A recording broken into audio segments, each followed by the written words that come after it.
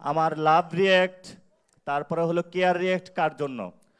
তো ওইখানে হলো আমি লাভ রিয়েক্ট দিয়েছিলাম ওই যে সালাউদ্দিন ভাই আছে বিএনপির, এবং কেয়ার রিয়েক্ট দিয়েছিলাম হলো তারেক রহমানের জন্য। তো জিজ্ঞেস করলো যে কেন, আমি বললাম যে অসহায় দুর্বল মানুষের পাশে কেয়ার রিয়েক্ট দিয়ে থাকতে হবে।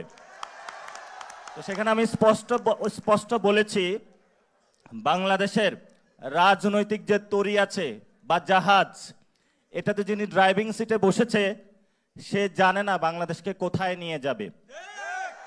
এবং আপনারা দেখেছেন এই জাহাজে যাদেরকে দায়িত্ব দেওয়া হয়েছে, একজন চাঁদাবাজকে দায়িত্ব দেওয়া হয়েছে যে চাঁদাবাজকে হলো সমঝোতা বলে, আরেকজনকে হলো খাল খননের কর্মসূচি দেওয়া হয়েছে পলিটিক্যাল উপদেষ্টা।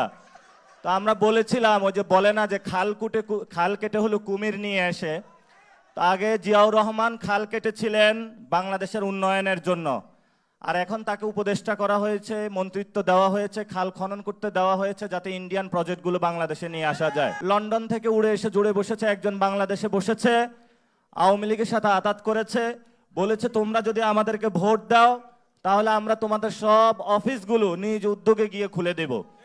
তো এখন যা হচ্ছে, আওয়ামী লীগ একটা হলো সৌভাগ্যবান পার্টি হয়ে গেছে, তার কর্মী অফিস কোনো খরচ নাই, সব খরচ বিএনপি দিচ্ছে এবং অফিসে উদ্বোধনও করে দিচ্ছে বিএনপি।